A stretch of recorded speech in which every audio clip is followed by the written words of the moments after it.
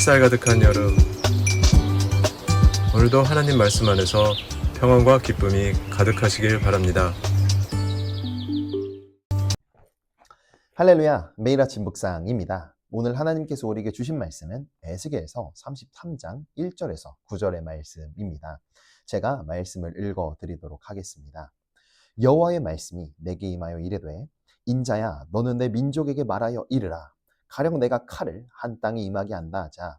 그 땅 백성이 자기들 가운데에 하나를 택하여 파수꾼을 삼은 그 사람이 그 땅에 칼이 임함을 보고 나팔을 불어 백성에게 경고하되, 그들이 나팔 소리를 듣고도 정신 차리지 아니하므로 그 임하는 칼의 제거함을 당하면 그 피가 자기의 머리로 돌아갈 것이나, 그가 경고를 받았던들 자기 생명을 보존하였을 것이나, 나팔 소리를 듣고도 경고를 받지 아니하였으니 그 피가 자기에게로 돌아가리라. 그러나 칼이 임함을 보고 나팔을 불지 아니하며 백성에게 경고하지 아니하므로 그 중에 한 사람이 그 임하는 칼에 제거당하면 그는 자기 죄악으로 말미암아 제거되려니와 그 죄는 내가 파수꾼의 손에서 찾으리라. 인자야, 내가 너를 이스라엘 족속의 파수꾼으로 삼음이 이와 같으니라. 그런즉 너는 내 입의 말을 듣고 나를 대신하여 그들에게 경고할지어다. 가령 내가 악인에게 이르기를, 악인아, 너는 반드시 죽으리라 하였다 하자. 내가 그 악인에게 말로 경고하여 그의 길에서 떠나게 하지 아니하면 그 악인은 자기 죄악으로 말미암아 죽으려니와 내가 그의 피를 내 손에서 찾으리라. 그러나 너는 악인에게 경고하여 돌이켜 그의 길에서 떠나라고 하되, 그가 돌이켜 그의 길에서 떠나지 아니하면 그는 자기 죄악으로 말미암아 죽으려니와 너는 내 생명을 보존하리라. 아멘. 하나님의 말씀이었습니다. 우리는 모두 삶에 하나님의 사명과 소욕을 받은 하나님의 성도들입니다. 우리가 누군가의 아들로서, 누군가의 아버지로서, 또는 누군가의 딸로서, 또는 누군가의 어머니로서, 내가 회사에서 어떤 직책을 가지고, 또는 내가 학교에서 어떠한 직책을 가지고, 또는 내가 사업에서 어떠한 직함을 가지고 일을 할 때 우리는 분명 하나님께 받은 소명과 사역이 있는 줄로 믿습니다. 우리가 하나님께 받은 사역이 대표적으로는 두 가지가 있죠. 우리는 반드시 서로 사랑해야 하고, 또 하나님의 말씀을 이 땅끝까지 전해야 되는 우리들의 소명이 있습니다. 우리는 그러면은 하나님께 받은 이 사역과 소명을 어떻게 다루어야 할까요? 오늘 우리가 읽은 에스겔은 하나님의 받은 소명을 정말 마음에 품고 또한 목숨을 걸고 지켰던 하나님의 사역자이자 선지자였습니다. 하나님께서는 에스겔을 당신의 파수꾼으로 불러주셨습니다. 오늘 우리가 읽을 말씀도 있지만은 하나님께서는 오래전에 에스겔서 3장에 이미 에스겔을 이렇게 불러주셨습니다. 인자야, 내가 너를 이스라엘 족속의 파수꾼으로 삼음이 이와 같으니라. 너는 내 입의 말을 듣고 나를 대신하여 그들을 깨우치라 라고 하나님께서 에스겔을 이스라엘 백성의 파수꾼으로 불러주셨습니다. 그렇다면 파수꾼은 어떠한 사람들일까요? 파수꾼은 군대를 다녀오신 분은 아시겠지만은 이제 보초를 서는 직업이 되겠습니다. 이제 내가 어떠한 지역을, 또한 어떠한 집을, 또한 어떠한 요새를 지킬 때에 저 멀리서 어떤 위협이 오는지를 지켜보고 종을 울리거나 봉화를 울려서 위험을 사람들에게 알리는 것이 바로 파수꾼의 역할입니다. 에스겔은 이제 곧 다가올 하나님의 재앙을 이스라엘 백성들에게 알리는 파수꾼의 역할을 맡은 사람이었습니다. 그렇기 때문에 그는 하나님 말씀 이스라엘 백성에게 전했고, 또한 그들이 하나님께로 돌아오도록 정말 목이 터져라 외쳤던 에스겔이었습니다. 오늘 말씀은 하나님께서 에스겔을 부르심을 다시 한 번 더 각인시키면서, 내가 너에게 이렇게 사역하라고 하였으니 너는 담대히 나가서 나의 말을 전하라 라고 말하는 내용이 되겠습니다. 하나님께서는 이렇게 말씀하십니다. 에스겔아, 내가 이제 이 땅의 백성들을 심판할 것인데 그들이 이제 내 심판으로 말미암아 죽는 것은 당연하지만은 너가 내 역할을 전달하지 안 한다면은, 너가 너의 역할을 잘 하지 않는다면은 내가 그 피를 너에게 묻겠다라고 하나님께서 정말 무서운 말씀을 에스겔에게 하시게 됩니다. 하나님께서 이렇게 말씀하십니다. 인자야, 너는 내 민족에게 말하여 이르라. 가령 내가 칼을 한 땅에 임하게 한다 하자. 그 땅 백성이 자기들 가운데 하늘을 택하여 파수꾼을 삼은 그 사람이 그 땅에 칼이 임함을 보고 나팔을 불어 백성에게 경고하되, 즉 하나님께서는 에스겔아, 내가 너를 이스라엘 민족의 파수꾼으로 세웠으니 너는 나의 말을 전해야 한다. 하지만은 그들이 나팔 소리를 듣고도 정신 차리지 아니하므로 그 임하는 칼의 제거함을 당하면 그 피가 자기의 머리로 돌아갈 것이라. 즉 이스라엘 백성들이 너의 말을 듣고도 그들을 돌이키지 아니한다면은 그것은 그 죄가 그 백성들에게 있으니 너는 아무런 잘못이 없다라고 말씀하십니다. 그러나 하나님께서는 6절에 이렇게 말씀하십니다.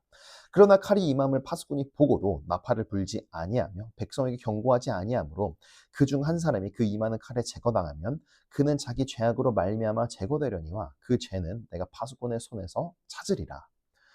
그 백성들이 이스라엘 백성들이 하나님의 심판을 받아 죽는 것은 정말 당연하지만은 하나님께서는 에스겔에게 너가 너의 역할을 다하지 아니한다면은 너에게도 분명한 잘못이 있다라고 말씀하시게 됩니다. 사실 이 말씀을 솔직하게 좀 돌아보면은 에스겔은 정말 당황스럽고 억울하지 않았을까 싶습니다. 아마 에스겔은 이렇게 생각했을 수도 있죠. 아, 주님, 내가 무슨 잘못입니까? 당신께서 나를 파수꾼 세워주셨고, 내가 그저 하나님의 말씀을 전하는데 그 책임까지 나에게 있다니, 아, 주님, 이거 너무한 거 아닙니까? 라고 저희는 생각을 들 수도 있겠습니다.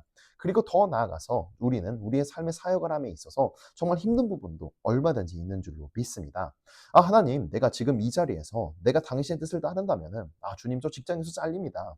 주님, 내가 지금 이 자리에서 내가 당신의 뜻을 전하면은, 주님, 저 정말 친구들을 다 잃게 됩니다. 주님, 제가 여기서 하나님의 뜻을 전하면은, 아버지, 내가 정말 큰 손해를 보게 됩니다. 라고 마주하는 것이 저희의 어쩔 수 없는 현실인 것 같습니다. 그러나 오늘 말씀은 우리가 분명히 하나님께 맡겨진 사명을 분명하게 해야 된다라고 이야기하고 있습니다. 왜냐하면 하나님께서 우리에게 맡겨주신 사명이자 소명이고, 그리고 더 나아가서 우리는 이것을 책임 있게 지켜야 할 하나님께 부름받은 성도이기 때문입니다. 에스겔 또한 하나님의 말씀을 전하면서 정말 큰 어려움과 아픔이 있었습니다. 에스겔서 24장 16절을 보면은 하나님께서는 정말 에스겔에게 잔인한 명령을 하시게 됩니다. 하나님께서 이렇게 말씀하십니다. 인자야, 내가 내 눈에 기뻐하는 것을 한 번 쳐서 빼앗으리니 너는 슬퍼하거나 울거나 눈물 흘리지 말며 라고 이야기하시게 됩니다. 하나님께서는 에스겔에게 에스겔아, 나는 너가 가장 사랑하는 것을 내가 쳐서 없앨 것이다. 하지만 너는 이것에 대해서 기뻐하거나 슬퍼하거나 울거나 눈물 흘리지 말거라 라고 말씀하시게 됩니다.